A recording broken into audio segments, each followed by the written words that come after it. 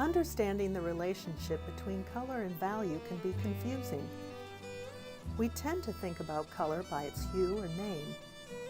Here is a row of pastels that represent the color green. When we change them into black and white, you can see that the color green can be represented by a range of light to dark values.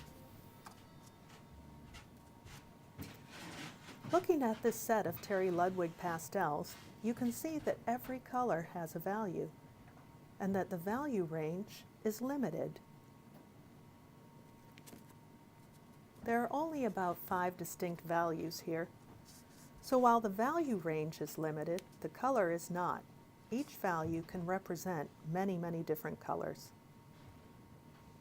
This is important because while color gets all the glory, value does all the work, and it's the foundation of painting. So how do you figure out the value of a color? Simple. When you identify a color, you think of it as a value first.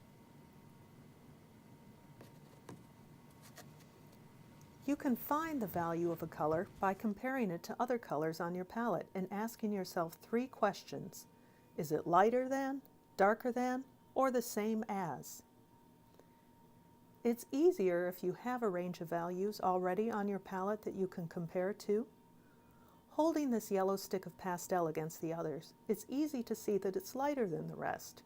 When I hold it up to the lightest pastel, I look and see where the 2 edges meet and can see that the values are very close.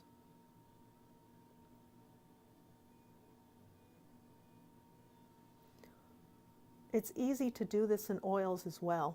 Just scoop up a color and compare it to the other colors on the palette.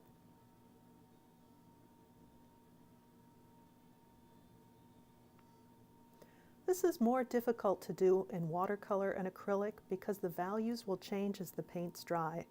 I'll address this in another video. Saturated or bright colors can be confusing.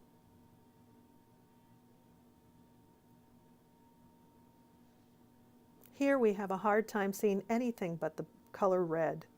When a color is saturated, we tend to think it is lighter than what it is, but when I place the red next to the other pastels, I have to really squint to blur out the color and see the edge. This red is the same value as the green. So there you go. When you identify a color, always think value first. Compare the pigment to the other colors on your palette, and it'll find its place in the value range. Thank you for watching this, and thank you for subscribing to the Painter's Classroom.